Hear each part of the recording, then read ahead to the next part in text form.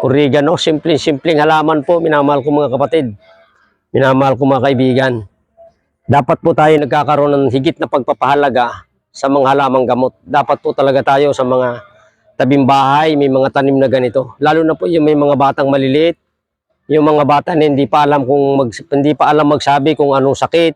Basta ang alam lang ay umiyak, ang alam lang ay umirit ng pag-iyak, namimilipit sa pag-iyak, mga kapatid. Nalalaman lang natin na may sakit siya.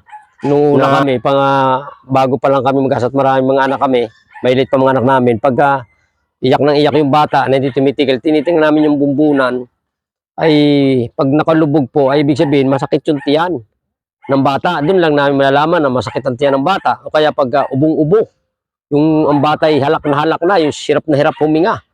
Talagang nasanay kaming mag-asawa na lumapit sa Diyos at gumamit ng mga halamang gamot. Isa po itong oregano sa naging halamang gamot namin nung kami nagpapalaki ng aming mga anak mula sa kamusmusan. Ang ginagawa namin pag ang aming anak ay yun talagang sinasabi sa Tagalog ni halak, yun talagang hirap huminga, yung pag huminga ay halos malagutan ng hininga sa hirap ng paghinga at barado ng plima yung kanyang lalamunan, itong ilong, saka itong dibdib niya.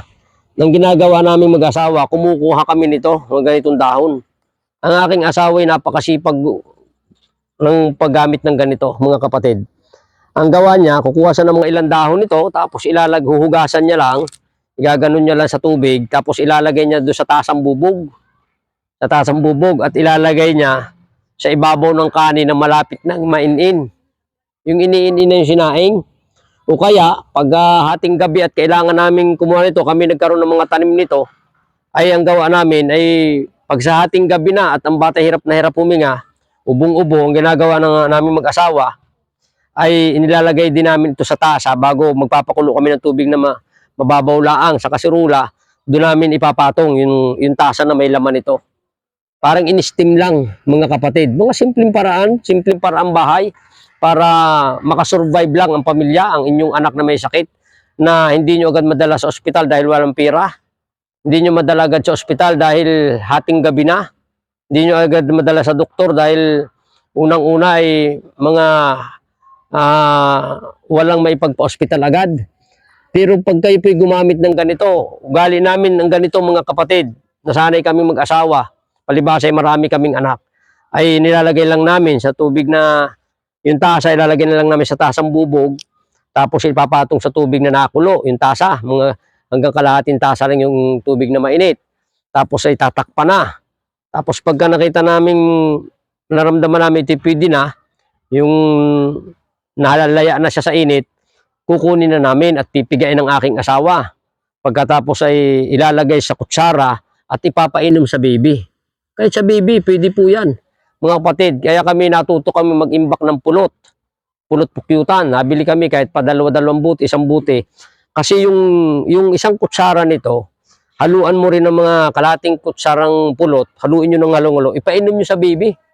Basta ang edad ng bata ay mga 9 na buwan na, 10 buwan o 1 taon, pwede na pong painumin ng pulot pukyutan, mga kapatid. Magaling din ito. Ang gawin nyo, mag-iihaw kayo ng kalamansing hinog.